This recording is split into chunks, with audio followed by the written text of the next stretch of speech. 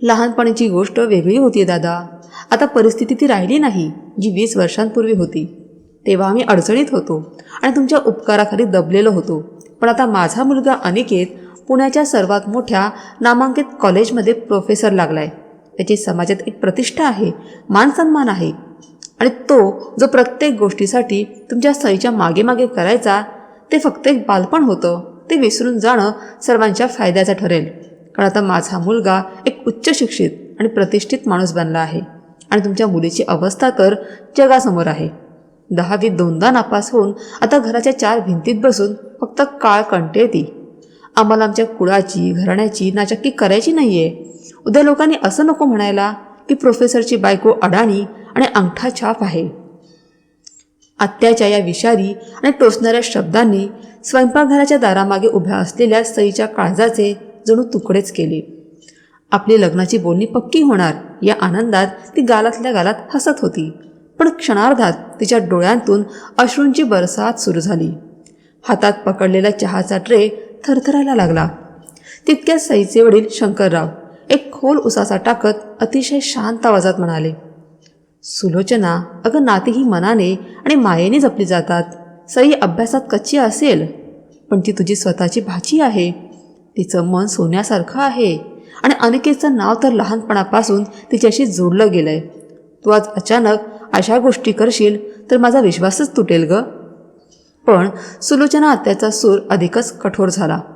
खुर्चीवरून उठत त्या म्हणाल्या, दादा, विश्वासाने पोट भरत नाही आणि मानही मिळत नाही.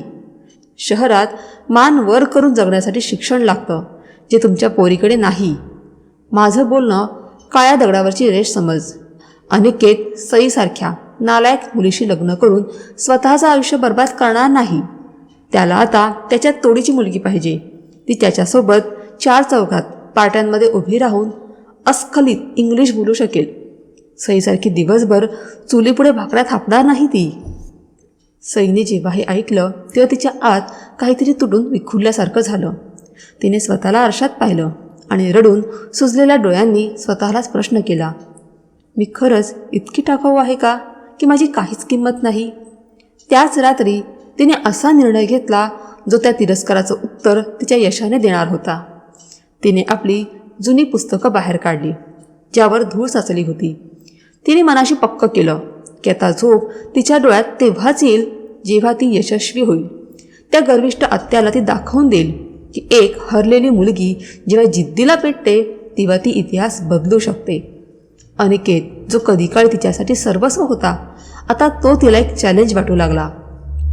तिने शिक्षणासाठी पुणे शहरात जाण्याचा निर्णय घेतला.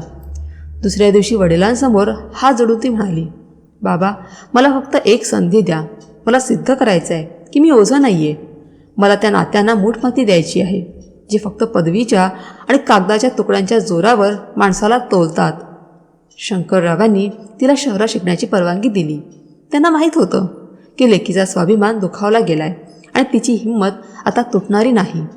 दुसऱ्या दिवशी सईने आपली जुनी पुराण पुस्तकं आणि कपडे एका पिशवीत भरले आणि खोलीचा दरवाजा आतून लावून घेतला. मनात अजूनही आत्याचे शब्द घुमत होते, ज्या तिच्या वडिलांना म्हणाल्या होत्या, दादा, या पोरीला शहरात पाठवून तुम्ही तुमचा पैसा आणि वेळ दोन्ही वाया घालवाल. जी इथे गावातल्या शाळेत 2दा नापास झाली ती शहराच्या कॉलेजमध्ये काय दिवे लावणार आहे? सईने ते शब्द आपल्या काळजाच्या तळाशी एका अमानतीसारखे जपून ठेवले. तिच्या डोळ्यात अश्रू नव्हते तर एक प्रकारची थंड आग होती. तिने बाबांच्या जवळ जाऊन हळूच म्हटलं, बाबा, मला एक संधी द्या. मी वचन देते की मी मागे वळून बघणार नाही आणि तुमची मान कधीही खाली जाऊ देणार नाही. शंकररावांनी लेकीच्या डोक्यावर हात ठेवला आणि भरल्या आवाजात म्हणाले, सई बाळा, शहरातली हवा खूप वेगळी असते. तिथे खूप घुसमट होते ग. तिथे आपलं कोणी नसतं आणि तू तर कधी एकटी घराबाहेर पडली नाहीस. मग हे सगळं कसं करशील? सईने बापाचा हात हातात घेऊन उत्तर दिलं, बाबा, जिथे आपली माणसं इतकी परकी होतात ना, तिथे शहराचा परकेपणाच जास्त सुख देईल. मला फक्त तुमचा आशीर्वाद हवाय. मी आपली ओळख मिटवून तिथे जाईन, जेणेकरून तिथे मला कुणी ती नालायक सई म्हणून ओळखणार नाही जी 10वीत नापास झाली होती. दुसऱ्याच दिवशी ती एका बॅगेत आपले मोजके कपडे आणि खूप सारी हिंमत भरून ST बसमध्ये जाऊन बसली. पुण्यात पोहोचल्यावर तिने एका साध्याशा वसतिगृहात राहायची सोय केली. तिथली वॉर्डनबाई स्वभावाने अतिशय कडक होती. वॉर्डनने तिला वरपासून खालपर्यंत निरखत विचारलं, "ए पोरी, नाव काय तुझं आणि इथे कशासाठी आली आहेस?" सईने आपल्या पापण्या झुकवल्या आणि एक नवीन नाव, एक नवीन ओळख धारण करत म्हणाली, "माझं नाव सौम्य आहे आणि मी इथे फक्त शिकण्यासाठी आले आहे." वॉर्डनने एक उपरोधिक हसण्यासह म्हटलं, "इथे सगळ्या हेच सांगून येतात, पण शहराचा झगमगाट बघितला की सगळं विसरून जातात." सईने तितक्याच पाणीदारपणे उत्तर दिलं, "मावशी, ज्यांच्या मागे भूतकाळाचा अंधार खूप गडद असतो ना, त्यांना झगमगाटाची भीती वाटते. मला फक्त एक कोपरा द्या जिथे मी माझी पुस्तकं ठेवू शकेन." आणि त्यानंतर एका मोठ्या संघर्षाची सुरुवात झाली. सईने म्हणजेच आत्ताच्या सौम्याने कॉलेजमध्ये ॲडमिशन तर घेतलं, पण तिथे तिचे साधे कपडे, तिचं शांत राहणं आणि तिचा गावरान बाज बघून मुली तिची चेष्टा करायच्या. एक दिवस एका श्रीमंत मुलीने तिच्या हातातून पुस्तक हिसकावून घेतलं आणि म्हणाली, "ए मुली, तू सतत या पुस्तकांमध्ये तोंड खुपसून का बसलेली असतेस? तुला या जगातल्या दुसऱ्या कुठल्याच गोष्टीत रस नाही आहे का?" सईने आपलं पुस्तक परत घेत शांतपणे उत्तर दिलं, "रस त्यांना असतो ज्यांच्याकडे गमावण्यासारखं काहीतरी असतं. माझ्याकडे मिळवण्याचा हा एकच मार्ग आहे आणि ही ती पुस्तकं आहेत." तिने आपली खरी ओळख अशा प्रकारे लपवली होती की कुणाला कानोकान खबर नव्हती की ही तीच मुलगी आहे जिच्या अपयशाचे किस्से तिच्या गावाच्या गल्लीबोळात चर्चिले जात होते. ती रात्री वसतिगृहाच्या मेसमध्ये काम करायची, जेणेकरून आपली फी भरू शकेल, आणि दिवसभर लायब्ररीच्या एका कोपऱ्यात बसून पुस्तकांशी मैत्री करायची. एक रात्री तिच्या रूममेटने तिला विचारलं, "सौम्या, तू घरी कुणाला फोन का करत नाहीस ग? तुला तुझ्या आईची आठवण येत नाही का?" सईने खिडकीतून बाहेर शून्यात नजर लावत उत्तर दिलं, "आठवण तर खूप येते ग, पण सध्या माझ्या आठवणींवर काही लोकांच्या तिरस्काराचा पहारा आहे.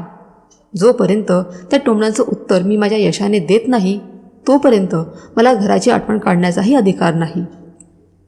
सईचं हे बोलणं ऐकून तिच्या रूममेटने मानसीने आश्चर्याने विचारलं, "सई, कुणी तुझा इतका द्वेष तरी कसा करू शकतं ग?" सईने हसून उत्तर दिलं, "मानसी, द्वेष तर कमकुवत माणसं करतात, ताकदवर माणसं तिरस्कार करतात, आणि तोच तिरस्कार आता माझी सर्वात मोठी ताकद बनला आहे." अभ्यास करताना अनिकेतचा विचार तिच्या मनाच्या कोपऱ्यातही येत नव्हता, कारण तिला आता समजलं होतं की अनिकेतवरचं प्रेम हा फक्त एक बालिशपणा होता, ज्याची किंमत तिला आपला स्वाभिमान गमावून मोजावी लागली होती. एक दिवस कॉलेजच्या एका कार्यक्रमात प्राध्यापक स्टेजवर आले आणि म्हणाले, "आपल्या कॉलेजमध्ये एक अशी विद्यार्थिनी आहे जिने अभ्यासाचे सगळे रेकॉर्ड तोडले आहेत. सौम्या, तू स्टेजवर ये आणि सगळ्यांना सांग की तुझ्या या यशाचं गुपित काय आहे." सई जेव्हा स्टेजवर उभी राहिली तेव्हा तिला तिच्या गावातलं ते अंगण आठवलं, जिथे तिला नालायक आणि अडाणी म्हणून हिणवलं गेलं होतं. तिने माईक हातात घेतला आणि फक्त इतकंच म्हणाली, "माझ्या यशाचं गुपित ते दुःख आहे, जे मला अशा एका माणसाने दिलं होतं जो मला माझा आपला वाटायचा." माणसाला वेश बदलणं सोपं असतं, पण स्वतःचं अस्तित्व शोधणं खूप कठीण असतं. या दरम्यान तिला एका नामांकित युनिव्हर्सिटीमधून उच्च शिक्षणासाठी स्कॉलरशिप मिळाली. तिच्या डोळ्यात पहिल्यांदाच आनंदाचे अश्रू तरळले. तिने बाबांना पत्र लिहिलं, "बाबा, आता तुमची मान अभिमानाने उंचावणार आहे. मी ते करून दाखवलंय ज्याचं स्वप्न मी त्या रात्री पाहिलं होतं, जेव्हा आपल्याच लोकांनी आपल्यासाठी दरवाजे बंद केले होते." शहराच्या त्या गर्दीत ती एका हरवलेल्या मुलीपासून एका प्रभावशाली व्यक्तिमत्वाकडे प्रवास करत होती. आता तिला कुणाच्याच, ना अनिकेतच्या ना आत्याच्या आधाराची गरज होती. तिच्या चालण्या बोलण्यात आता तो ठहराव आणि ती जरब आली होती जी फक्त अशाच लोकांकडे असते जे आगीच्या दर्यातून पोहून बाहेर आले आहेत. तिने आता UPSCच्या तयारीसाठी दिवसरात्र एक करायला सुरुवात केली. जेव्हा लोक झोपायचे तेव्हा ती जागी असायची. जेव्हा बाकीची मुलं फिरायला जायची तेव्हा ती पुस्तकांच्या आणि फायलींच्या ढिगाऱ्यात बुडालेली असायची. तिचा प्रत्येक दिवस तिला त्या ध्येयाकडे घेऊन जात होता, जिथून तिला आपल्या अपमानाचा हिशोब घ्यायचा होता. पण हा हिशोब बदला घेण्यासाठी नव्हता, तर स्वतःला सिद्ध करण्यासाठी होता. ती मनातल्या मनात म्हणायची, "अनिकेत, तुझ्या प्रोफेसर असण्याच्या अहंकारात आहेस ना, आज मी त्या अहंकाराचा पायाच हलवून सोडलाय. जेव्हा आता आपली गाठ पडेल तेव्हा तू फक्त एक सामान्य प्राध्यापक असशील आणि मी कायद्याची अशी ताकद असेल जी तुझ्या प्रत्येक गर्वाचं उत्तर उत्तर देऊ शकेल. सई आता एक असं वादळ बनली होती जे लवकरच तिच्या गावचं वातावरण बदलून टाकणार होतं. तिच्या विजयाचा सूर्य आता उगवणारच होता. तिने आपल्या जुन्या आठवणी एका पेटीत बंद करून कुलूप लावून टाकलं होतं, जेणेकरून तिच्या आयुष्यात फक्त भविष्याची चमक असेल आणि भूतकाळाची सावली तिला त्रास देणार नाही. तो दिवस उजाडला. शहरातील एका आलिशान हॉलमध्ये खानदानातलं एक मोठं लग्न होतं. रोषणाई डोळे दिपवणारी होती. अनिकेत आपल्या यशाच्या आणि नवीन प्रतिष्ठेच्या दिमाखात वावरत होता. तो आपल्या प्रोफेसर मित्रांच्या घोक्यात उभा राहून गप्पा मारत होता. त्याने 3 पीस सूट घातला होता आणि त्याचं बोलणं असं होतं जणू तो जगातील सर्वात महत्त्वाचा माणूस आहे. त्याचवेळी सई आपल्या वडिलांसोबत त्या लग्न सोहळ्यात दाखल झाली. तिचा पोशाख अतिशय साधा होता आणि चेहऱ्यावर तीच जुनी सात्विक शांतता होती. पण अनिकेतच्या डोळ्यात तिच्यासाठी आता कोणतीच ओळख उरली नव्हती, कारण ती त्याच्यासाठी फक्त नात्यातील एक उपरी मुलगी होती. वडिलांच्या आग्रहाखातर सई देखील त्यांच्यासोबत तिथे आली होती. अनिकेत आपल्या मित्राला सांगत होता, अरे माणसाची संगत हीच त्याची ओळख असते. मी तर आधीच ठरवलं होतं की जर आयुष्यात पुढे जायचं असेल तर त्या लोकांना मागे सोडावं लागेल जे तुमच्या प्रगतीत अडथळा आहेत, मग ते तुमचे नातेवाईक का असेनात. त्याचा रोख सईकडे होता, जी काही अंतरावरच उभी होती. अनिकेतच्या एका मित्राने सईकडे बोट दाखवत विचारलं, अनिकेत, ती मुलगी कोण आहे रे, जी वारंवार तुझ्याकडे बघतेय? तुझी कोणी लांबची नातेवाईक आहे का? अनिकेतने अतिशय थंड आणि तुच्छ नजर सईवर टाकली आणि बेफिकरपणे म्हणाला, सोड रे, असेल कुणीतरी गावातली. आमच्या खानदानात असे खूप लोक आहेत ज्यांना आम्ही फक्त गरजेपुरतं लक्षात ठेवतो. सईने जेव्हा हे ऐकलं तेव्हा तिच्या काळजावर जणू कुणीतरी करवत चालवली. तरीही हिंमत करून ती अनिकेतच्या जवळ गेली. किमान माणुसकी म्हणून त्याला भेटावं आणि चौकशी करावी या हेतूने ती अतिशय संकोचत म्हणाली, अनिकेत, कसा आहेस तू आणि तुझी नोकरी कशी चालली आहे? तिच्या प्रश्नांचं उत्तर देण्याऐवजी अनिकेतने आपल्या हातातला रिकामा ग्लास तिच्याकडे सरकावला आणि अत्यंत उर्मटपणे म्हणाला, ए मुली, जरा हा ग्लास पकड आणि जाऊन बघ. एखादा वेटर दिसला तर त्याला सांग की माझ्या मित्रांसाठी फ्रेश ज्यूस घेऊन ये. सईचा हात तो ग्लास पकडताना थरथरला. तिचे डोळे पाणावले. तिने दाटून आलेल्या आवाजात म्हटलं, अनिकेत, मी सई आहे. तू माझं नाव पण विसरलास? अनिकेत जोरात हसला आणि मित्रांकडे बघत म्हणाला, ऐकलत का, ही अजूनही त्याच जुन्या आठवणी छातीशी कवटाळून बसले. आता मी शहरातला एक नामवंत प्रोफेसर आहे. माझ्याकडे फालतू वेळ नाही आहे की मी तुमच्यासारख्या नापास आणि अडाणी लोकांची नावं लक्षात ठेवू.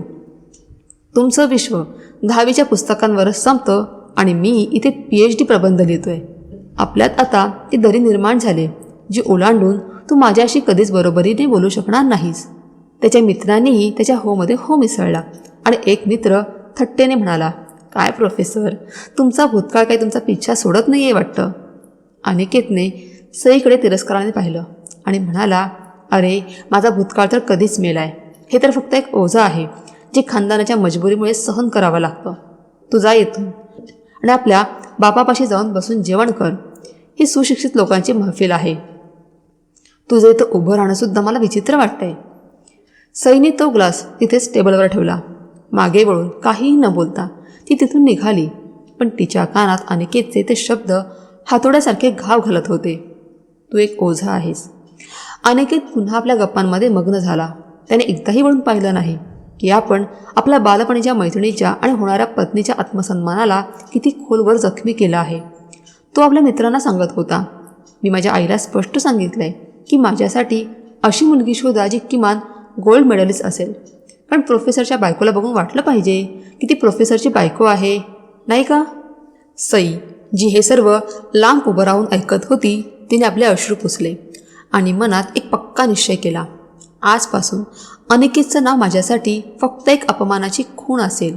तिला जाणवलं की अनिकेतचा अहंकार त्याला आंधळं करून गेलाय आणि आता त्याला नात्यांची किंमत उरलेली नाही. तिथे सुलोचना आत्याही होती. त्याने सईकडे तुच्छतेने पाहत म्हटलं, बघितलंस सई, आज माझा मुलगा कुठल्या पदावर पोहोचलाय ते. आता तो तुझ्यासारख्या मुलींना पाणी प्यायचा ग्लास पकडायलासुद्धा कामाला ठेवणार नाही, म्हणून आपल्या लायकीत राहिलेलं बरं. सईने आत्याच्या बोलण्यावरही काहीच उत्तर दिलं नाही. ती शांतपणे हॉलच्या बाहेर पडली. आता तिला खात्री पटली होती की अनिकेतच्या आयुष्यातून निघून जाणं हीच तिची सर्वात मोठी जिंक असेल. त्या रात्री सईने आपल्या डायरीत लिहिलं, अनिकेत, आभार. मला ओझं म्हणून तू मला माझ्या आयुष्यातला सर्वात मोठा मार्ग दाखवलास. आता मी तुला माझ्या यशाचं असं शिखर दाखवेन जिथे तू माझ्याकडे मान वर करून बघताना तुझ्या मानेतल्या अहंकाराच्या लोखंडी सळ्या मोडतील. अनिकेतचं ते हास्यास्पद वागणं सईच्या अस्तित्वाला आता कमकुवत करण्याऐवजी अधिकच मजबूत करत होतं. ती आता कुणाच्या आधारावर जगणारी लाचार मुलगी राहिली नव्हती, तर स्वतःचा आधार बनायला तयार झाली होती. अनिकेतनेच्या मुलीला ओझं समजून आपल्या आयुष्यातून फेकून दिलं होतं. त्याला कल्पनाही नव्हती की हेच ओझं एक दिवस त्याच्या करिअरसाठी सर्वात मोठं आव्हान म्हणून समोर येणार आहे. अनिकेतचा ज्ञानाचा गर्व आणि प्रसिद्धीची हवा त्या रात्री शिखरावर होती, पण त्याला माहीत नव्हतं की नियतीचं चक्र फिरायला सुरुवात झाली आहे आणि लवकरच त्याला सईच्या अडाणीपणावर केलेल्या प्रत्येक थट्टेचा हिशोब द्यावा लागणार आहे. शहराच्या त्या थंडगार रात्री सईने बाबांचा हात घट्ट पकडून म्हटलं, बाबा, जोपर्यंत मी स्वतःला काहीतरी बनवत नाही तोपर्यंत मी इथून परत जाणार नाही. शंकररावांना आपल्या मुलीच्या डोळ्यात तो निर्धार दिसत होता, जो पहाडांनाही चिरून रस्ता बनवू शकतो. अनिकेत आपल्या गर्वाच्या दुनियेत मग्न राहिला, तर इकडे सईने आपल्या अश्रूंची साळी बनवून नशिबाची नवीन कहाणी लिहायला सुरुवात केली होती, ज्यात अनिकेतसारख्या पात्रांसाठी फक्त पश्चाताप होणार होता. अनिकेतचे मित्र त्याच्या यशाचं कौतुक करत होते. तो खुर्चीवर ऐटीत पाय पसरून बसला होता, जणू काही त्याने संपूर्ण जग जिंकलंय. पण त्याला काय माहीत, खरा विजय त्या मुलीचा होणार होता, जिला त्याने ग्लास पकडणारी एक सामान्य अडाणी मुलगी समजून नाकारला होतो. आता वेळेचा प्रत्येक क्षण अनिकेतच्या पतनाकडे आणि सईच्या उत्कर्षाकडे सरकत होता. हॉस्टेलच्या त्या छोट्या आणि कोंदट खोलीत सईने आपल्या आयुष्याच्या पुस्तकाचं एक नवीन पान उघडलं होतं, जिथे रात्रीचे 2 वाजले तरी ती टेबल लॅम्पच्या मंद प्रकाशात फायलींचा ढीक समोर घेऊन बसलेली असायची. तिची रूममेट, जिचं नाव आता कावेरी होतं, तिने अनेकदा झोपेत कूच बदलत सईकडे पाहिलं आणि कंटाळून उठून बसली. जांभई देत कावेरी म्हणाली, सौम्या, तू वेडी होशील ग. किती अशी कोणती परीक्षा आहे जिच्यासाठी तू तुझी झोप आणि सुखचैन सगळं विसरली आहेस? तुला आयुष्यात थोडीसुद्धा विश्रांती नको आहे का? सईने आपले थकलेले डोळे चोळले आणि एक दीर्घ श्वास घेत उत्तर दिलं, कावेरी, विश्रांती त्यांचा हक्क असते, ज्यांच्याकडे गमावण्यासारखं काही नसतं. मी तर माझी ओळख शोधते. मला माझ्या झोपेचा सौदा करून तो सन्मान विकत घ्यायचा आहे, जो माझ्याच लोकांनी माझ्याकडून हिरावून घेतलाय. कावेरीने सईच्या टेबलावर पडलेल्या पुस्तकांचा ढीक बघत विचारलं, पण तू घरच्यांना का नाही सांगितलंस की तुला या वर्षीची सर्वात मोठी मेरिट स्कॉलरशिप मिळाले? तुझे बाबा तर आनंदाने वेडे होतील. तू अशी गुपितं लपवलेलं आयुष्य का जगतेस? तुला तुझ्या शिक्षणाबद्दल नातेवाईकांना का सांगायचं नाही आहे? नक्की काय कारण आहे? सईने थोडा वेळ शांत राहून उत्तर दिलं, अजून ती वेळ आलेली नाही ग. जर मी आता सांगितलं तर माझी आत्या नवीन तमाशा उभा करेल.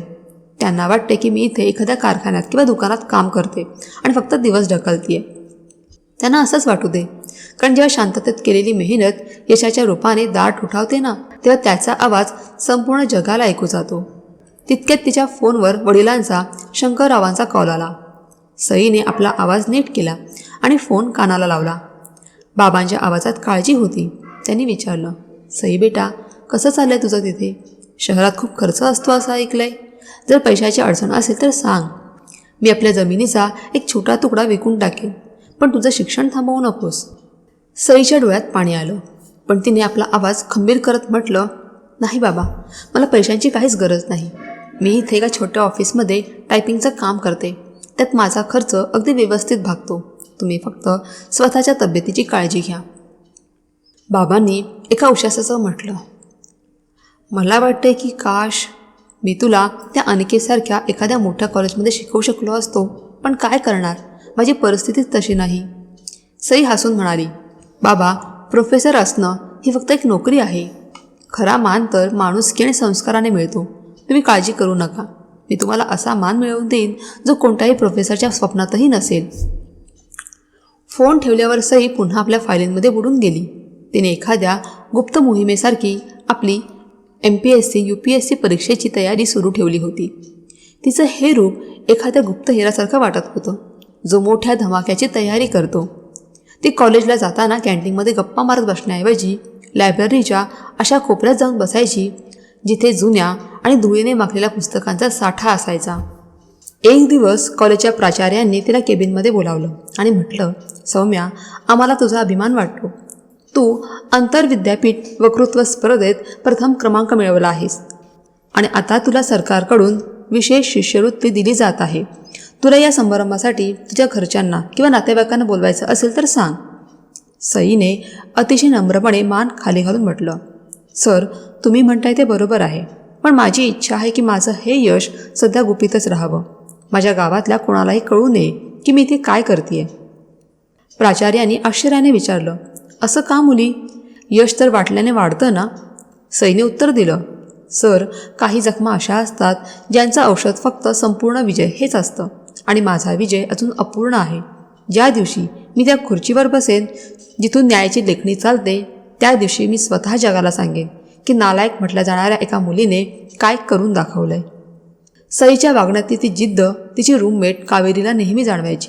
ती अनेकदा म्हणायची, सई, तू जेव्हा कोणाशी बोलतेस ना, तेव्हा तुझ्या बोलण्यात एक धार असते, जणू काही तू कुणाकडून तरी बदला घेतेस. सई म्हणायची, नाही ग कावेरी, हा बदला नाहीये, हे त्या टोमण्यांचं उत्तर आहे जे मला वारशात मिळाले होते. तिने दिवस रात्र एक केले. ती दिवसाला फक्त 2-2.5 तास झोपायची आणि उरलेला वेळ कायद्याची पुस्तकं आणि चालू घडामोडींचा अभ्यासात घालवायची. तिच्या डोळ्यांखाली काळी वर्तुळं आली होती, पण तिच्या निर्धारात तसूभरही फरक पडला नव्हता. ती अनेकदा रात्री खिडकीत उभी राहून अनिकेतचे ते शब्द आठवायची, तू एक ओझा आहेस, आणि मग नव्या उमेदीने अभ्यासाला लागायची. तिने आपल्या स्कॉलरशिपचे पैसे जपून वापरले, त्यातून महागडी पुस्तक आणि नोट्स विकत घेतल्या, जेणेकरून तिच्या तयारीत कोणतीही कमतरता राहू नये. या काळात तिला अनेकदा आर्थिक टंचाईंचा सामना करावा लागला, पण तिने कधीही हार मानली नाही. एकदा तिच्या आत्याचा सुलोचनाचा फोन आला. त्याने उपहासाने विचारलं, काय ग, ऐकलं की तू शहरात खूप मोठे ऑफिसर झालेस, किती कमावतेस ग तू? सईने अतिशय संयमाने उत्तर दिलं, आत्या, अजून तर मी फक्त शिकते. ज्या दिवशी कमवायला लागेन त्या दिवशी तुम्हाला नक्की कळेल. आत्या जोरात हसल्या आणि म्हणाल्या, हो हो, आम्हाला चांगलंच माहिती आहे तू काय दिवे लावत असशील ते. माझं ऐक आणि परत ये. अनिकेतचं लग्न ठरलं एका मोठ्या घराच्या मुलीशी. तू निदान तिथे घरकामात मदत करायला तरी बरी पडशील. सईने काळजावर दगड ठेवून म्हटलं, नक्कीच, मी त्या दिवशी नक्की येईन आणि तुम्हाला माझ्या कमाईचा हिस्सासुद्धा देईन. सईने फोन ठेवला आणि स्वतःशी शपथ घेतली की आता तिचा हा छुपा संघर्ष त्याच्या अंताकडे चालला आहे. तिची तयारी पूर्ण झाली होती आणि आता तिला फक्त निकालाची प्रतीक्षा होती. तिला माहीत होतं की तिची शांतता एका अशा वादळाची पूर्वसूचना आहे जी अनिकेतचा अहंकार आणि आत्याचा तिरस्कार कायमचा शांत करेल. तिच्या रात्रीच्या जागरणाने आणि दिवसांच्या कष्टाने तिला अशी ताकद दिली होती की आता तिला कुणाच्या आधाराची गरज नव्हती. ती एकटीच एक सैन्य बनली होती जी आपल्या अपमानाचा हिशोब द्यायला सज्ज होती. सईची कहाणी या गोष्टीची साक्ष होती की जेव्हा एखादी मुलगी आपल्या अपमानालाच आपली ताकद बनवते तेव्हा तिला पाडणारं कुणीच जन्माला येत नाही. तिने आपल्या सर्व यशाला एका फाईलमध्ये बंद करून ठेवलं होतं आणि त्या फाईलचं नाव होतं माझं उत्तर. हे उत्तर आता लवकरच सर्वांसमोर येणार होतं आणि सईचा हा प्रवास आता त्याच्या ध्येयाजवळ पोहोचला होता आणि अखेर तिच्या मेहनतीचं फळ मिळालं. शहराच्या शासकीय महाविद्यालयाचा तो भव्य हॉल आज फुलांनी आणि रंगीबेरंगी पताकाने सजवलेला होता. बक्षीस वितरणाचा वार्षिक समारंभ रंगात आला होता. अनिकेत, जो आता त्या कॉलेजचा सर्वात प्रतिष्ठित प्राध्यापक मानला जात होता, तो स्टेजच्या मध्यभागी उभा राहून आपल्या ज्युनियर प्राध्यापकांवर आणि विद्यार्थ्यांवर रुबाब झाडत होता. त्याच्या चेहऱ्यावर तोच जुना अहंकार होता जो आता वेळेसोबत अजूनच गडद झाला होता. हातावरचा घड्याळ पाहत तो ओरडला, अरे तुम्ही लोक अजून काय करताय? तुम्हाला माहिती आहे ना आजच्या प्रमुख पाहुण्या कोण आहेत? त्या या जिल्ह्याच्या नवीन जिल्हाधिकारी आहेत. त्या आपल्या कडक शिस्तीसाठी ओळखल्या जातात. जर त्यांना कार्यक्रमात जरासाही गोंधळ दिसला तर आपल्या कॉलेजची इज्जत मातीत मिळेल. अनिकेतच्या जवळ उभ्या असलेल्या एका दुसऱ्या प्राध्यापकाने हसून म्हटलं, अरे अनिकेत, तू उगाच काळजी करतोयस. तुझ्यासारखा माणूस असताना काय बिघडणार आहे? शेवटी तू या कार्यक्रमाचा इन्चार्ज आहेस आणि तुझा रुबाब तर संपूर्ण शहरात फेमस आहे. अनिकेतने आपली टायची गाठ सरळ करत गर्वाने म्हटलं, ते तर आहेच, पण कोणत्याही कामात हलगर्जीपणा आवडत नाही मला. तसंही ऐकलंय की मॅडम खूप कमी वयाच्या आहेत. त्यांनी पहिल्याच प्रयत्नात UPSCमध्ये टॉप केलं होतं. काश आपल्याकडे असे हुशार लोक असते, नाहीतर इथे लोक 10वी पास करण्यातच आयुष्य घालवतात. त्याचा रोग आजही अप्रत्यक्षपणे सईकडेच होता, जिला त्याने वर्षांपूर्वी आपल्या आयुष्यातून काढून टाकलं होतं. हॉलच्या मागे बसलेले काही विद्यार्थी आपापसात कुजबुजत होते. आज प्रोफेसर अनिकेत जरा जास्तच हवेत उडतायत. कदाचित त्यांना वाटते की चीफ गेस्टकडून त्यांना काहीतरी फायदा होईल किंवा शाबासकी मिळेल. तेवढ्यात हॉलच्या मुख्य दरवाजाजवळ एकच धावपळ उडाली. पोलिसांच्या सायरनचा आवाज जवळ येऊ लागला. अनिकेतने दीर्घ श्वास घेतला आणि आपल्या कोटचे बटन लावत स्वागत समितीला फरमान सोडलं. सगळेजण रांगेत उभे राहा आणि लक्षात ठेवा, त्या आत येताच फुलांचा वर्षाव सुरू करा. चेहऱ्यावर फक्त हास्य असलं पाहिजे. तितक्यात कॉलेजचा शिपाई धावत आला आणि म्हणाला, साहेब साहेब, गाड्या गेटवर पोहोचल्या आहेत आणि प्रोटोकॉल ऑफिसर म्हणतायत की मॅडम आता कोणत्याही क्षणी हॉलमध्ये येतील. अनिकेतने पुन्हा एकदा हॉलवर नजर टाकली. त्याला वातावरणात एक अजीब अस्वस्थता जाणवली आणि त्याचे हृदयाचे ठोके विनाकारण वाढू लागले. त्याने स्वतःची समजूत घातली की एवढ्या मोठ्या अधिकाराच्या स्वागताचं हे टेन्शन असेल. त्याने माईकवरून सूचना दिली, विद्यार्थ्यांनी शांत राहावं आणि आपल्या जागेवरच बसावं. पाहुण्या हॉलमध्ये येत होत्या. हॉलमध्ये एकदम शांतता पसरली आणि सगळ्यांच्या नजरा त्या मोठ्या दरवाजावर खिळल्या, जिथून आता जिल्ह्याच्या प्रमुख अधिकारी आत येणार होत्या. अनिकेत स्टेजवरून खाली उतरला आणि हातात पुष्पगुच्छ घेऊन स्वागतासाठी अगदी समोर उभा राहिला. त्याच्या डोक्यात अजूनही फक्त स्वतःच्या यशाचा आणि रुबाबाचाच विचार होता. त्याला वाटत होतं की आजच्या कार्यक्रमाचा खरा हिरो तोच आहे आणि उद्याच्या वर्तमानपत्रात त्या मोठ्या पाहुण्यांसोबत त्याचा फोटो झळकणार आहे. तितक्यात दरवाजा उघडला आणि पोलिसांच्या जवानांनी वाट मोकळी करून दिली. निळ्या गडद रंगाची अतिशय सभ्य आणि भारदस्त साडी परिधान केलेली एक प्रभावशाली स्त्री हॉलमध्ये दाखल झाली. तिच्या चेहऱ्यावर असा काही रुबाब आणि तेज होतं की सगळेजण आपोआप आदराने उभे राहिले. अनिकेतने स्मितहास्य करत थोडी मान झुकवली आणि पुष्पगुच्छ देण्यासाठी हात पुढे केले. पण जशी त्याची नजर त्या प्रमुख पाहुणीच्या चेहऱ्यावर पडली, त्याचे हात बर्फासारखे थंड पडले आणि जीभ टाळाला चिकटली. त्याच्यासमोर दुसरी तिसरी कुणी नसून खुद्द सई उभी होती. तीच सई जिला त्याने अडाणी आणि ओझं म्हणून धुडकावून लावलं होतं. सईच्या डोळ्यात आता ती जुनी भित्री मुलगी नव्हती, तर एक अशी चमक होती जी अनिकेतच्या तमाम अहंकाराची राख करत होती. सईने अतिशय शांतपणे अनिकेतच्या थरथरत्या हातातून तो पुष्पगुच्छ स्वीकारला आणि चेहऱ्यावर एक हलकंसं पण ठाम हास्य आणत म्हणाली, धन्यवाद प्रोफेसर अनिकेत. ऐकलंय की तुम्ही या कार्यक्रमाचे आयोजक आहात. मला आशा आहे की शिस्त तशीच असेल जशी तुमच्या वर्गात असते. अनिकेतच्या घशाला कोरड पडली आणि तो एक शब्द बोलू शकला नाही. त्याला असं वाटलं की संपूर्ण हॉल गरगर फिरतोय. त्याच्या बाजूला असलेल्या एका प्रोफेसरने त्याच्या खांद्यावर हात ठेवत विचारलं, अरे अनिकेत, काय झालं तुला? असा पुतळ्यासारखा का झालायस? मॅडमना स्टेजकडे घेऊन चल. अनिकेतने अडखळत्या पावलाने सईला रस्ता दिला आणि मोठ्या आदराने तिला स्टेजकडे घेऊन जाऊ लागला. तिच्या मागे चालताना अनिकेतला आपलं संपूर्ण आयुष्य एखाद्या चित्रपटासारखं डोळ्यासमोर दिसू लागलं. ते अपमानजनक शब्द, ते टोमणे आणि ते हास्यास्पद शेरे जे त्याने सईवर झाडले होते, आज ते सर्व त्याच्याच तोंडावर थुंकल्यासारखे वाटत होते. हॉलमधला प्रत्येक माणूस सईच्या व्यक्तिमत्वाने प्रभावित झाला होता आणि अनिकेतला मात्र असं वाटत होतं जणू त्याला भर चौकात फाशी दिली जात आहे. त्याच्या मनात एकच प्रश्न घुमत होता, हे कसं शक्य आहे? ती एवढ्या मोठ्या पदावर पोहोचली आणि मला खबरसुद्धा लागली नाही. सईने स्टेजवर जाऊन माईक हातात घेतला आणि भाषणाला सुरुवात केली. तेव्हा तिच्या आवाजात तीच जरब होती जी एका विजेत्याची असते. तिने म्हटलं, इथे उपस्थित सर्व सन्माननीय शिक्षक आणि माझ्या विद्यार्थी मित्रांना माझा नमस्कार. आज मी ते एक अधिकारी म्हणून नाही, तर एक उदाहरण म्हणून आले आहे. जेव्हा कुणाला नालायक म्हणून नाकारलं जातं, तेव्हा त्याने जर मनात पक्का निश्चय केला तर नशीब बदलायला वेळ लागत नाही. अनिकेत कोपऱ्यात उभा राहून घामाने थबधबला होता. त्याला आपल्या आयुष्यातील सर्वात मोठ्या पराभवाची जाणीव होत होती. जी अस्वस्थता मगाशी त्याला जाणवत होती ती दुसरी काही नसून त्याच्या स्वतःच्या पतनाची चाहूल होती. सईचा हा विजय आज त्याच्या ज्ञानाच्या गर्वाला मातीत मिसळत होता. अनिकेतला समजलं होतं की आज तो तारा नाही तर एक विझलेला दिवा आहे, ज्याचा प्रकाश सईच्या तेजासमोर पूर्णपणे नाहीसा झाला आहे. सई आता स्टेजच्या मध्यभागी असलेल्या खुर्चीवर विराजमान होती आणि तिथून संपूर्ण हॉलवर एक विजयी नजर टाकत होती. अनिकेतची अवस्था मात्र फाशीच्या तख्तासमोर उभ्या असलेल्या गुन्हेगारासारखी झाली होती. तो कोपऱ्यात उभा राहून वारंवार कपाळावरचा घाम पुसत होता आणि त्याच्या मनात विचारांचे वादळ उठले होते. हे सगळं कसं आणि कधी झालं? अखेर अनिकेतने कशीबशी हिंमत गोळा केली आणि जेव्हा तो सईच्या जवळून जाऊ लागला तेव्हा त्याने अतिशय हळू आवाजात विचारलं, सई, ही तूच आहेस ना? खरंच तू ही बनली आहेस की मी एखादं स्वप्न बघतोय? सईने आपल्या फाईलवरून नजर हटवली आणि अनिकेतकडे अशा नजरेनं पाहिलं जणू ती त्याला ओळखतच नाही.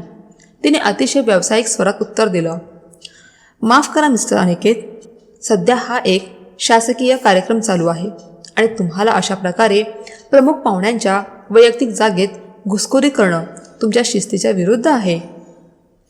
अनिकेतला असं वाटलं जणू सईने त्या तोंडावर बर्फाचा गोळा फेकून मारलाय. तो तडफडून म्हणाला, सई, मी अनिकेत, तुझा अनिकेत, तुझा होणारा नवरा, तुझा लहानपणीचा मित्र. तू सगळं विसरलीस जे आपल्यात होतं? सईने माईक बंद असल्याची खात्री केली आणि अतिशय थंड स्वरात म्हणाली, ते आपलं वगैरे फक्त त्या लोकांसाठी असतं जे नात्यांची इज्जत करायला जाणतात. बाकी सगळं फाईलच्या रद्दी कागदासारखं असतं. अनिकेतच्या पायाखालची जमीन सरकली होती. त्याला तो काळ आठवत होता जेव्हा तो तिला ए सई म्हणून हाक मारायचा आणि आज हीच मुलगी त्याला मिस्टर अनिकेत म्हणून त्याची लायकी दाखवून देत होती. तेवढ्यात हॉलमधल्या एका प्रोफेसरने पुढे येऊन सईला विचारलं, मॅडम, तुम्ही प्रोफेसर अनिकेतला आधीपासून ओळखता का? कारण त्यांचा चेहरा सांगतोय की ते खूप हैराण झाले आहेत. सईने हसून उत्तर दिलं, प्रोफेसर साहेब, आश्चर्य हे अडाणी लोकांचे लक्षण असतं. मी तर फक्त हे बघते की या कॉलेजचा दर्जा काय आहे, जिथे इथले शिक्षक अभ्यासापेक्षा आपल्या पाहुण्यांच्या वैयक्तिक आयुष्यात जास्त रस घेतात. अनिकेतला असं वाटलं जणू त्याला कोणीतरी चापकाने फोडले. तो तिथून बाजूला झाला आणि मागे गेला, जिथे त्याची आई सुलोचना आत्या अजूनही धक्क्याने सुन्न होऊन बसल्या होत्या. आत्यांनी अनिकेतचा हात पकडला आणि कापऱ्या आवाजात विचारलं, अन्या, ही तीच नालायक पोरगी आहे ना रे, जिला आपण घरातून हकललं होतं? ती एवढी मोठी अधिकारी कशी काय बनली? यात काही फसवणूक तर नाही ना? अनिकेतने आईचा हात झटकला आणि रागाने म्हणाला, आई, आता या बोलण्याला काहीच अर्थ नाही. तुझ्या त्या जिभीने माझं सगळं काही बर्बाद केलंय. आज तिच्या खुर्चीवर बसते ना, तिथे पोचण्यासाठी तिने किती प्रवास केलाय हे मला माहीत नाही, पण तिच्या डोळ्यातली ती थंड नजर सांगते की तिने आपल्या सर्वांना आपल्या मनातून केव्हाच काढून टाकलंय. आत्या म्हणाला, त्याचं काय झालं एवढं? शेवटी आहे तर माझी भाचीच ना. मी आत्ता जाऊन तिला भेटते आणि सांगते की ते सगळे मस्करी होती. अनिकेत हताश होऊन ओरडला, आई, ती मस्करी नव्हती, तो तिरस्कार होता आणि तिरस्काराची किंमत मोजावी लागते. तितक्यात सईने स्टेजवरून जाहीर केलं, माझी विनंती आहे की प्रोफेसर अनिकेत सरांनी स्टेजवर यावं आणि आजच्या गुणवंत विद्यार्थ्यांना बक्षीस द्यावं. जेव्हा अनिकेत जड पावलाने स्टेजवर आला तेव्हा सईने बक्षिसाची ढाल त्याच्याकडे सरकवली आणि त्याच्या कानाजवळ जाऊन अतिशय हळू आवाजात म्हणाली, मिस्टर अनिकेत, हे बक्षीस त्या मुलांसाठी आहे जे प्रामाणिकपणे मेहनत करतात, जे कुणाला ओझं समजून सोडून देत नाहीत. काश तू तुझ्या डिग्रीसोबत थोडी माणुसकी पण शिकला असतास तर आज तुला अशी नजर चोरून बक्षीस वाटावं लागलं नसतं. अनिकेतचे हात ती शील्ड सईला देताना थरथरत होते. त्याला असं वाटत होतं सई भर सभेत त्याचं वस्त्रहरण करते. त्याने पुन्हा एकदा हळूच बोलण्याचा प्रयत्न केला, सई, मला माहिती आहे माझ्याकडून चूक झाली. माझ्या आईने जे काही म्हटलं ते चुकीचं होतं, पण मी तुला शोधत होतो ग. सईने उपहासाने एक जोरदार हास्य केलं, जे फक्त अनिकेतला ऐकू जाईल एवढ्याच आवाजात होतं. ती म्हणाली, खोटं बोलायला सुद्धा अक्कल लागते प्रोफेसर साहेब. तुम्ही मला नाही तर तुमच्या त्या अहंकाराला शोधताय जो आज माझ्या बुटांखाली तुडवला गेलाय. अनिकेतला तिथून पळून जावंसं वाटलं, पण तो प्रोटोकॉलच्या साखळदंडात अडकला होता. सईने पूर्ण कार्यक्रमात अनिकेतला एखाद्या सामान्य कर्मचाऱ्यासारखं वागवलं. कधी त्याला ती फाईल इकडे आणा म्हणून हुकूम दिला, तर कधी स्टेजवरचा फोकस लाईट ॲडजस्ट करा असं सांगितलं. अनिकेतचे जे मित्र आधी त्याच्या रुबाबाचे गुणगान गात होते ते आता आपापसात कुजबुजू लागले. बघा रे, प्रोफेसरची हवास निघाली की राव. मॅडमनी 1 मिनिटाची सुद्धा विश्रांती दिली नाही त्यांना. अनिकेतला हा दिवस त्याच्या आयुष्यातला सर्वात मोठा आणि अपमानास्पद दिवस वाटत होता. त्याला वारंवार ते दृश्य आठवत होतं जेव्हा त्याने लग्नाच्या हॉलमध्ये सईच्या हातात उष्टा ग्लास दिला होता आणि आज सई त्याला कामाच्या आणि फाईलच्या ढिगाऱ्यात अडकवून आपल्या ताकदीची जाणीव करून देत होती. सईने कार्यक्रमाच्या शेवटी भाषण करताना एक वाक्य म्हटलं, आयुष्यात कधीच कुणाच्या कमजोरीची किंवा गरिबीची चेष्टा करू नका, कारण वेळेकडे एक असा तराजू आहे जो एका क्षणात राजाचा रंक आणि रंकाचा राजा करू शकतो. तिने अनिकेतकडे बघत एक टोला लगावला. काही लोक प्रोफेसर असूनसुद्धा अडाणेच राहतात आणि काही लोक घरकाम करणारे म्हणून हिणवले जाऊनही जगावर राज्य करतात. अनिकेतचं डोकं शरमेने झुकलं. तो एक शब्दही बोलू शकला नाही. कार्यक्रम संपल्यावर सई आपल्या सरकारी गाडीकडे निघाली. अनिकेत तिथेच उभा राहून तिला दूर जाताना बघत होता. त्याला जाणीव झाली की त्याने एका हिऱ्याला मातीमोल समजून लाथाडलं आणि आता त्याच्या हातात फक्त पश्चातापाची राख उरली आहे. तो वेड्यासारखा सईच्या गाडीच्या मागे धावला. सई सई, निदान माझं बोलणं तरी ऐक ग. पण सईने गाडीची काच वर केली आणि ड्रायव्हरला सांगितलं, चला काका, इथलं काम संपलं. अनिकेतने त्या रात्री घरी जाऊन आपला सगळा अहंकार, ज्ञानाचा गर्व तुटताना पाहिला. त्याला समजलं की जर माणसाची विचारसरणीच छोटी असेल तर मोठी पदवीसुद्धा त्याला इज्जत मिळवून देऊ शकत नाही. सईच्या त्या थंड नजरेने अनिकेतल्या आतल्या प्रोफेसरला मारून टाकलं होतं आणि तिथे फक्त एक हरलेला माणूस उरला होता जो स्वतःच्याच नजरेत पडला होता. दुसऱ्या दिवशी अजून सूर्यही पूर्ण वर आला नव्हता.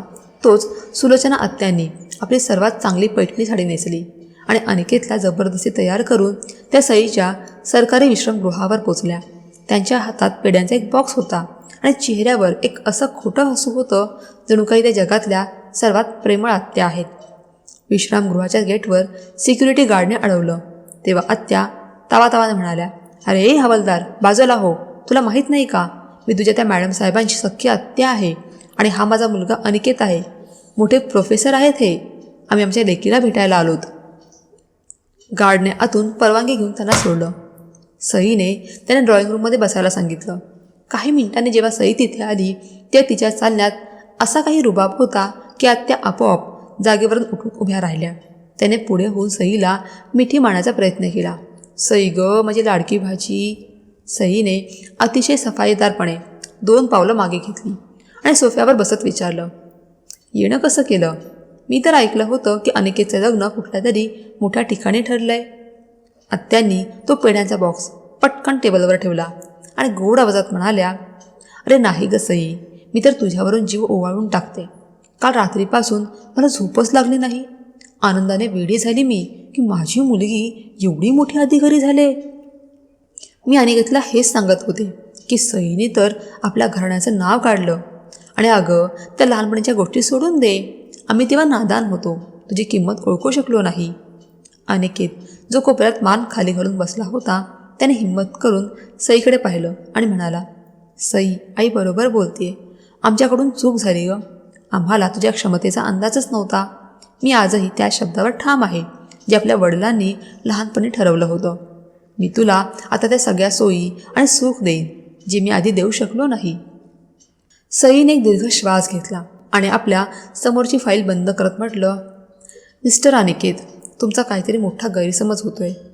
लहानपणीची गोष्ट वेगळी होती. तेव्हा मी एक भाबडी मुलगी होते जिला वाटायचं की नाती प्रेमाने टिकतात. पण तुमच्या आईनेच मला शिकवलं की नाती डिग्री आणि अवकादीच्या तराजूत तोलली जातात. आत्या लगबगीने म्हणाली, अगं नाही बाळा, मी तुला त्या दिवशी जे काही बोलले ते यासाठी होतं की तुला जिद्द वाटावी, तू शिकावं. बघ, त्या ओरडण्यामुळेच तर तू आज इथपर्यंत पोचली आहेस ना. आता सोड त्या जुन्या गोष्टी आणि लग्नाची तारीख पक्की करूया. अनिकेत प्रोफेसर आहे आणि तू एवढी मोठी कलेक्टर. तुमची जोडी संपूर्ण शहरात भारी ठरेल. सईच्या ओठांवर एक विषारी हास्य उमटलं. तिने आत्यांच्या डोळ्यात डोळे घालून पाहिलं आणि म्हणाली, आत्या, तुम्हाला तुमचे शब्द आठवतात का? माझा मुलगा प्रोफेसर झाला आहे आणि तुझी नालायक मुलगी 10वीत 2दा नापास झाले. हे असलं लग्न लावून आम्हाला आमचं नाक कापायचं नाही आहे. आत्यांचा चेहरा पांढरा फटक पडला. त्या तोत्र बोलू लागल्या, ते तर रागाच्या भरात तोंडातून निघालं होतं ग. सईने हाताच्या इशाऱ्याने त्यांना गप्प केलं आणि अतिशय करारी आवाजात म्हणाली, आता मी क्लास 1 ऑफिसर आहे आणि तुमचा मुलगा फक्त एक प्रोफेसर आहे. मला माझी लेवल खाली आणायची नाही आहे आणि तुमच्या मुलासारख्या कमी पगाराच्या माणसाशी लग्न करून मला माझं नाक कापायचं नाही आहे. लोक काय म्हणतील? एका जिल्हाधिकाऱ्याने एका सामान्य आणि संकुचित विचारांच्या माणसांशी लग्न केलं. अनिकेत तडफडून म्हणाला, सई तू बदला घेतेस. तू आपलं प्रेम इतक्या सहज विसरू शकतेस? सई खुर्चीवरून उठली आणि म्हणाली, प्रेम तर मी त्याच दिवशी दफन केलं होतं अनिकेत, ज्या दिवशी तू मला भर मंडपात उष्टा ग्लास पकडायला लावला होतास. आता माझ्या मनात फक्त आणि फक्त तिरस्कार उरलाय आणि सत्य हेच आहे की आता तुम्ही माझ्या लायकीचे राहिला नाहीत. सुलोचना आत्या रडवेली झाली आणि गयावया करू लागली. सई बाळा, असं नको करू ग, मी तुझ्या पाया पडते. अनिकेत जिवंतपणी मरेल ग. सईने दाराकडे बोट दाखवलं आणि ठामपणे म्हणाली, आता तुम्ही जा इथून. मला खूप महत्त्वाचं काम आहे आणि हो, ही मिठाई परत घेऊन जा, कारण मला तुमच्या हातचं गोडसुद्धा कडू लागतं. अनिकेत आणि त्याची आई जेव्हा विश्रामगृहातून बाहेर पडले तेव्हा त्यांच्या चेहऱ्यावर हावरटपणा आणि अपमानाची काजळी पसरली होती. सईने त्यांना खिडकीतून जाताना पाहिलं आणि एक थंड उसासा टाकला. जणू आज तिच्या छातीवरचं ते ओझं उतरलं होतं जे तिला वर्षांपासून झोपू देत नव्हतं. तिने सिद्ध केलं होतं, जेव्हा माणूस स्वतःला ओळखतो तेव्हा जगातली सर्व संकटं त्यांच्यासमोर खुजी ठरतात. स्वार्थी नात्यांची किंमत एका दमडीचीही उरत नाही. दुसऱ्या दिवशी सई आपल्या ऑफिसच्या विशाल टेबलावर पसरलेल्या फायली अतिशय बारकाईने तपासत होती. यात कॉलेजचे फंड आणि परीक्षेचे पेपर फुटीचे मोठे रॅकेट्स उघडकीस येत होते. तिने आपल्यासमोर उभ्या असलेल्या पोलीस इन्स्पेक्टरला विचारलं, इन्स्पेक्टर, तुम्ही खात्रीने सांगू शकता का की यात प्रोफेसर अनिकेतचाच मुख्य हात आहे? इन्स्पेक्टरने मान झुकवून उत्तर दिलं, हो मॅडम. सगळे ठोस पुरावे त्यांच्याकडेच बोट दाखवतात. ते विद्यार्थ्यांकडून पैसे घेऊन पेपर फोडतात. तसेच कॉलेजच्या लायब्ररीसाठी आलेले लाखो रुपयांचे सरकारी फंडसुद्धा त्यांच्या खाजगी अकाउंटमध्ये ट्रान्स्फर झाले आहेत. सईच्या चेहऱ्यावर एक विषारी हास्य उमटलं आणि तिने कडक हुकूम दिला, उद्या सकाळीच अनिकेतला माझ्या ऑफिसमध्ये हजर करा. दुसऱ्या दिवशी जेव्हा अनिकेतला हातकड्यांशिवाय पण 2 हवालदारांच्या पहारात सईसमोर हजर करण्यात आलं तेव्हा त्याच्या चेहऱ्याचा रंग उडाला होता. सई खुर्चीवर आरामात मागे रडली आणि म्हणाली, काय प्रोफेसर साहेब, तुम्ही तर शिक्षणाचे व्यापारी निघालात. आम्हाला वाटलं होतं की तुम्ही फक्त नात्यांचे लिलाव करता, पण तुम्ही तर विद्यार्थ्यांच्या भविष्याचे सुद्धा सौदे करायला लागलात. अनिकेतने अडखळत म्हटलं, हे सगळं खोटं आहे. हा माझ्याविरुद्ध कट आहे. मी एक प्रामाणिक शिक्षक आहे. तू जुन्या बदलाच्या भावनेने माझी इज्जत मातीत मिळवते आहेस. सईने पुराव्यांची एक जड फाईल त्याच्यासमोर आपटली आणि गरजली, बदला घेण्यासाठी मला इतकी मेहनत करायची गरज नव्हती. या बघा त्या पावत्या यावर तुमच्या सह्या आहेत आणि हे बघा बँक स्टेटमेंट जे सांगत आहेत की तुमच्याकडे एवढी संपत्ती कुठून आली. एका प्रोफेसरचा पगार एवढा नसतो की तो शहरातल्या हाय प्रोफाईल एरियासारख्या भागात बंगला विकत घेऊ शकेल. अनिकेची वाचाच बसली. तो धपकन खुर्चीवर कोसळला. तो रडत गयाबाय करू लागला, सई, दिवासाठी मला माफ कर. माझ्या आईला कळलं तर ती जिवंतपणी मरेल. जर तिला समजलं की मी जेलमध्ये जातोय तर ती हे सहन करू शकणार नाही. सई टेबलावरून पुढे झुकली आणि त्याच्या डोळ्यात बघत म्हणाली, जेव्हा तुम्ही गरीब विद्यार्थ्यांचं भविष्य विकत होतात तेव्हा तुम्हाला तुमच्या आईच्या इज्जतीची काळजी वाटली नाही का? तुम्ही मला नालायक म्हणाला होतात कारण मी परीक्षेत नापास झाले होते. पण आज तुम्ही आयुष्याच्या परीक्षेत नापास झाला आहात अनिकेत. तुमची ती शिक्षणाची प्रतिष्ठा वाळूच्या भिंतीसारखी कोसळली आहे. अनिकेतने हात जोडून म्हटलं, मी सगळं काही परत करेन. तू फक्त ही केस फाईल करू नकोस. तुझ्या पाया पडतो. सईने तिरस्काराने आपला पाय मागे घेतला आणि म्हणाली, कायदा कोणाच्या पाया पडत नाही प्रोफेसर. कायद्याला फक्त हात असतात गुन्हेगाराला पकडण्यासाठी. ज्या गर्वाच्या जोरावर तुम्ही मला ओझं म्हणाला होतात, आज तोच गर्व तुमच्या काळ्या कृत्यांखाली दबून चढतोय. अनिकेतला तेव्हा आपल्या लायकीचा खरा अंदाज आला. जेव्हा सईने फोन उचलला आणि आदेश दिला, या आरोपीला लॉकअपमध्ये टाका. अनिकेतच्या किंचाळ्या आणि विनवण्या सईच्या ऑफिसच्या भिंतीवर आदळून परत येत होता. पण सईचं मन आता दगड झालं होतं, कारण तिला माहीत होतं की अशा लोकांची दया करणं समाजासाठी कॅन्सरसारखं असतं. तिने सिद्ध केलं होतं, खरी क्लास पैशात नाही तर इमानदारीत असते.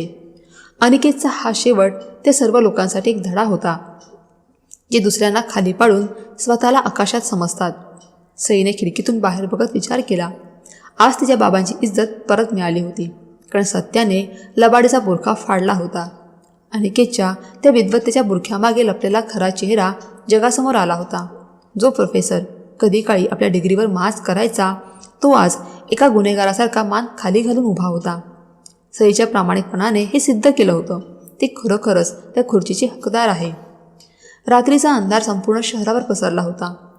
विश्रामगृहाच्या बागेत असलेल्या पिवळ्या दिव्यांच्या अंधुक प्रकाशात अनिकेत एखाद्या सावलीसारखा सईच्या वाटेकडे डोळे लावून उभा होता. कदाचित जामिनावर सुटून किंवा शेवटची विनंती करण्यासाठी तो तिथे आला असावा. जेव्हा सई आपली सरकारी कामं संपवून गाडीतून खाली उतरली, तेव्हा तिची नजर अंधारात लपलेल्या त्या आकृतीवर पडली, ज्याची प्रतिष्ठा आता मातीत मिळाली होती. अनिकेतने कापऱ्या आवाजात हाक मारली, सई, 1 मिनिट थांबशील का? सईने आपल्या अंगरक्षकांना लांब राहण्याचा इशारा केला. अनिकेतच्या जवळ जाऊन तिने विचारलं, प्रोफेसर साहेब, यावेळी तुमचं इथे असणं कायद्याच्या विरोधात आहे. तुम्हाला अजूनही तुमच्या परिस्थितीचा अंदाज आलेला दिसत नाही आहे. अनिकेतने डोळ्यातून वाहणारे अश्रू पुसण्याचा प्रयत्न केला आणि सईच्या पायाजवळ बसत म्हणाला, सई, तुला मला जेवढी शिक्षा द्यायची होती ती दे. तुम्हाला जेलमध्ये टाक, माझी सगळी संपत्ती जप्त कर, पण देवासाठी तुझ्या डोळ्यातला हा तिरस्कार संपव. तुम्हाला आतून जाळतोय ग. मी कबूल करतो की मी एक नीच माणूस निघालो. मी तुझ्या प्रेमाची कदर केली नाही आणि माझ्या आईच्या अहंकारालाच माझं सर्वस्व मानलं. मला माफ कर सई. मी तोच अनिकेत आहे जो कधी काळी तुझ्यासाठी बागेतील फुलपाखरं पकडायचा. सईने एक दीर्घ आणि खोल श्वास घेतला. तिने आकाशाकडे बघून एक कडवट स्मितहास्य केलं. मग तिने अनिकेतच्या डोळ्यात डोळे घालून म्हटलं, अनिकेत, मला माफ कर हे म्हणणं किती सोपं असतं ना. तुला ती रात्र आठवते जेव्हा तुझ्या आईने माझ्या बाबांचा, एका स्वाभिमानी शेतकऱ्याचा अपमान केला होता आणि त्यांची पगडी उडवली होती? तेव्हा तू तिथे उभा राहून हसत होतास. तुला आठवते? शहरात येण्यासाठी फक्त बसचं तिकीट काढण्यासाठी मी माझ्या आईचा शेवटचा दागिना, तिचं मंगळसूत्र गहाण ठेवलं होतं, कारण मला माझ्या डिग्रीने नाही तर तुमच्या तिरस्काराने मोठं केलं होतं. तू मला नालायक समजायचास. तुला वाटायचं की माझा तुझ्यावर काहीच हक्क नाही. अनिकेत काही बोलणार तितक्या सईने त्याला थांबवलं आणि अतिशय शांतपणे म्हणाली, तोच माणूस ज्याने एका नात्याला फक्त डिग्रीच्या आणि कागदाच्या तुकड्यांच्या जोरावर नाकारलं होतं. माझ्या डोळ्यातले अश्रू पाहून तुला वाटलं की मी कमजोर पडले. तर कान उघडून ऐक अनिकेत, आयुष्य फक्त विरहाच्या अश्रूंवर नाही तर रक्ताचं पाणी करून केलेल्या या 5 वर्षांच्या कष्टांवर उभं राहतं. जेव्हा तू AC रूममध्ये बसून माझ्या नापास होण्याचे किस्से चवीने सांगत होतास ना, तेव्हा मी शहराच्या रस्त्यांवर उपाशीपोटी दिवस काढले आहेत, लोकांचे टोमणे ऐकले आणि आपल्या मनाला मारून हे पद मिळवलंय. अनिकेत कळवळून म्हणाला, सई, मी तुझ्या प्रत्येक जखमीवर औषध लावेन. फक्त एकदा म्हण की तुम्हाला माफ केलंस. सई 2 पावलं मागे सरकत म्हणाली, माफ तर देव करतो अनिकेत. मी तर इथे फक्त न्याय करण्यासाठी बसले. तू जो गुन्हा केला आहेस त्याची शिक्षा तुला भोगावीच लागेल. आणि राहिली गोष्ट जखमेची, तर काही जखमा अशा असतात ज्या भरल्या तरी त्याचे व्रण माणसाला नेहमी आठवण करून देतात की आयुष्यात कुणासोबत चालायचं आणि कुणाला मागे सोडून द्यायचं. अनिकेत रडत म्हणाला, तुला माझी जराही दया येत नाही का गं? सईने थंडपणे उत्तर दिलं, दया गरिबांवर आणि लाचारांवर केली जाते आणि तू आता लाचार झाला आहेस. तुझ्यावर दया करणं म्हणजे वेळेचा अपमान करण्यासारखं आहे. मला आठवतंय जेव्हा मी तुला पाण्याचा ग्लास दिला होता आणि तू माझ्याकडे किती तिरस्काराने पाहिलं होतंस. आज तोच ग्लास फुटलाय आणि त्याच्या काचा तुझ्या नशिबात रुतल्या आहेत. अनिकेतने आपली मान खाली घातली आणि म्हणाला, सई, तू खूप बदलली आहेस. तू आता ती जुनी सई नाही राहिलीस. सईने शेवटचं त्याच्या डोळ्यात बघत म्हटलं, हो, मी बदलले, कारण मला बदलवणारा दुसरा कोणी नसून तू स्वतः होतास. तुझ्या त्या नकाराने आणि ठोकरांनी मला तो रस्ता दाखवला ज्यावर चालून मी आज या उंचीवर आहे, जिथून तू मला खूप खुजा आणि छोटा दिसतोयस. आता तू जाऊ शकतोस आणि उद्या सकाळी न्यायालयात हजर राहण्याची तयारी कर, कारण माझी लेखणी आता नात्यांचा मुलायचा नाही तर फक्त आणि फक्त सत्य लिहिणार आहे. अनिकेत अंधारात गडप झाला आणि सई तिथेच उभी राहून आपल्या यशाचं सत्य अनुभवत राहिली, जे तिला खूप मोठी किंमत मोजून मिळालं होतं. त्या रात्री चंद्राच्या प्रकाशात सईचा चेहरा एखाद्या कड्यासारखा मजबूत दिसत होता, तर इकडे चिंतेने आणि पश्चातापाने अनिकेतला एक जिवंत प्रेत बनवलं होतं. दुसऱ्या दिवशी न्यायालयाचे कामकाज सुरू होण्याआधी काही मिनिटे सईने अनिकेतला आपल्या खाजगी दालनात बोलावलं. खोलीतली शांतता अनिकेतच्या हृदयापेक्षा अनिकेतच्या हृदयाच्या धडधडीपेक्षा जास्त जड होती. अनिकेत खुर्चीच्या टोकावर बसून आपले थरथरते हात लपवण्याचा प्रयत्न करत होता. सईने टेबलावर ठेवलेली त्याच्या अटकेची फाईल उचलली आणि त्याच्याकडे निरखून पाहत विचारलं, आज काय वाटते प्रोफेसर साहेब? तुम्हाला वाटलं असेल की तुम्ही माझं मन तोडलं होतं म्हणून मी हे सगळं करते, किंवा तुमच्या आईने माझ्या बाबांचा अपमान केला त्याचा हा बदला आहे. अनिकेतने मान खाली घालून उत्तर दिलं, मी तुझ्याशी खूप वाईट वागलो सई, आणि आज तू जे काही करशील तो तुझा अधिकार आहे. सईने ती फाईल बाजूला सारली आणि म्हणाली, जर हा फक्त माझा वैयक्तिक बदला असता ना, तर ज्या दिवशी मी या शहरात कलेक्टर म्हणून आले त्याच दिवशी मी तुला रस्त्यावर आणून तुझी धिंड काढली असती. पण माझा हेतू त्यापेक्षा खूप मोठा होता. मी हे सर्व त्या शेकडो मुलींसाठी केले ज्यांना तुमच्यासारखे लोक फक्त डिग्री नाही म्हणून नालायक ठरवतात आणि त्यांच्या स्वप्नांचा गळा घोटतात. तुम्हाला माहिती आहे, जेव्हा तुम्ही कुणाला अडाणी म्हणून हिणवता तेव्हा तुम्ही फक्त त्या व्यक्तीला नाही तर येणाऱ्या संपूर्ण पिढीला नैराश्याच्या गर्तेत ढकलत असता. मी स्वतःला यासाठी बदललं जेणेकरून मी त्या मुलींचा आवाज बनू शकेन ज्यांना हा समाज ओझं समजतो. अनिकेतने शर्मेने मान झुकवली आणि म्हणाला, सई, मला जी शिक्षा द्यायची आहे ती दे, पण तुझ्या या तिरस्काराने मला मारू नकोस. सईने ती फाईल त्याच्याकडे सरकवली आणि म्हणाली, मिस्टर अनिकेत, या कागदपत्रांमध्ये तुमच्याविरुद्ध इतके पुरावे आहेत की तुमचं उरलेलं आयुष्य तुरुंगाच्या गजाआड जाऊ शकतं. पण आज मी तुम्हाला अटक करणार नाही. अनिकेतने आश्चर्याने मान वर करून विचारलं, काय, तुम्हाला माफ केलंस? सईने कडवट हसून उत्तर दिलं, नाही अनिकेत, मी तुम्हाला सरकारी तुरुंगात टाकणार नाही आहे. मी तुम्हाला अशा तुरुंगात टाकते जिथून सुटका होणं अशक्य आहे, आणि तो तुरुंग म्हणजे तुमचा स्वतःचा विवेक आहे. मी तुम्हाला तुमच्यात सतत विवेकबुद्धीच्या हवाली करते. जेव्हा जेव्हा तुम्ही आरशात स्वतःचा चेहरा बघाल तेव्हा तुम्हाला ते गरीब विद्यार्थी आठवतील ज्यांचा हक्कावर तुम्ही डल्ला मारलात, आणि ती सई आठवेल जिला तुम्ही पायखाली तुडवलं होतं. तुमची सर्वात मोठी शिक्षा हीच असेल की तुम्ही एक स्वच्छंद माणूस म्हणून जगाल, पण हा अपराधाचा भार तुम्हाला कधीच चैन पडू देणार नाही. अनिकेतच्या डोळ्यातून अश्रूंच्या धारा वाहू लागल्या. त्याने रडवेल्या आवाजात म्हटलं, सई, तू मला माफ न करता जिवंतपणे मारून टाकला आहेस. त्यापेक्षा तू मला तुरुंगात पाठवलं असतंस तर कदाचित माझ्या मनावरचं ओझं हलकं झालं असतं. सईने आपली खुर्ची फिरवली आणि पाठमोक होत म्हणाली, आता जा इथून. माझा आणि तुमचा प्रवास इथेच संपतो. त्या घटनेच्या 2 दिवसांनंतर संपूर्ण शहरात बातमी पसरली की प्रोफेसर अनिकेतने आपल्या पदाचा राजीनामा दिला आहे आणि तो प्रायश्चित्त करण्यासाठी अज्ञातवासात कुठेतरी दूर निघून गेला आहे. राजीनामा देताना अनिकेतने आपल्या सहकाऱ्यांना फक्त एवढंच सांगितलं, जे शिक्षण माणसाला माणुसकी आणि मोठेपण शिकवत नाही तर ते शिक्षण नसून अज्ञानाचं ओझं असतं, आणि मी आता ते ओझं वागवू शकत नाही. सई आपल्या सरकारी गाडीत बसून एका नवीन मोहिमेवर निघाली होती. वाटेत तिला रस्त्याच्या कडेला अनिकेतची आई सुलोचना आत्या उभ्या असलेल्या दिसल्या. त्यांच्या चेहऱ्यावर तो जुना अहंकार नव्हता, तर एक अशी लाचारी होती जी आता कधीच संपणार नव्हती. आत्यांनी सईच्या गाडीला बघून हात जोडले, गयावया करू लागल्या, पण सईने गाडीची काच खाली केली नाही. तिची नजर समोरच्या रस्त्यावर स्थिर होती. तिला जाणीव झाली की तिचा बदला आता पूर्ण झाला आहे, पण तिच्या मनात कोणताही आनंद नव्हता, तर एक समजूतदारपणा होता की नाती कधीही बरोबरीवर अवलंबून नसतात, तर ती मनाच्या मोठेपणावर अवलंबून असतात. तिने ड्रायव्हरला सांगितलं, काका, गाडी जोरात चालवा, कारण अजून मला खूपशा मुलींची स्वप्न सत्यात उतरवायची आहेत. सईची गाडी तिच्या ध्येयाकडे वेगाने धावत होती आणि मागे राहिलेले ते लोक आता फक्त दुहीसारखे झाले होते, जी गाडी गेल्यानंतर हवेत विरून जाते. सईने कुणाकडूनही बदला घेतला नव्हता, तर स्वतःला अशा उंचीवर नेऊन ठेवलं होतं जिथे तिला कुणाच्याही ओळखीची गरज नव्हती. तिने सिद्ध केलं होतं की जेव्हा एखादी स्त्री ठरवते तेव्हा ती आपल्या अपमानालाच आपली सर्वात मोठी ताकद बनवते. अनिकेतचा राजीनामा आणि सईची नवी सुरुवात हाच पुरावा होता की आयुष्याच्या खेळात विजय नेहमी त्याचाच होतो ज्यांचं मन साफ आणि हेतू प्रामाणिक असतो. हायवेवर धावणाऱ्या गाडीतून सईने आरशात शेवटचं एकदा मागे पाहिलं आणि स्वतःचीच हसून म्हणाली, लहानपणीची गोष्ट वेगळी होती, पण आता मी ती सई आहे जिने आपल्या हारलेल्या बाजीला मेहनतीच्या जोरावर विजयात बदललं, आणि माझ्या आयुष्याचा प्रत्येक क्षण त्या लोकांसाठी एक धडा असेल जे दुसऱ्यांना छोटं समजून स्वतःला मोठं करण्याची चूक करतात. जर तुम्हाला हा व्हिडिओ आवडला असेल तर व्हिडिओला लाईक करा आणि आपल्या मित्रमैत्रिणींसोबत शेअर करायला विसरू नका. अशाच नवनवीन कथा ऐकण्यासाठी आपल्या चॅनलला आत्ताच सबस्क्राईब करा आणि त्या शेजारचं बेल आयकॉन नक्की दाबा, जेणेकरून आमच्या प्रत्येक नवीन व्हिडिओचं नोटिफिकेशन तुम्हाला सर्वात आधी मिळेल. धन्यवाद.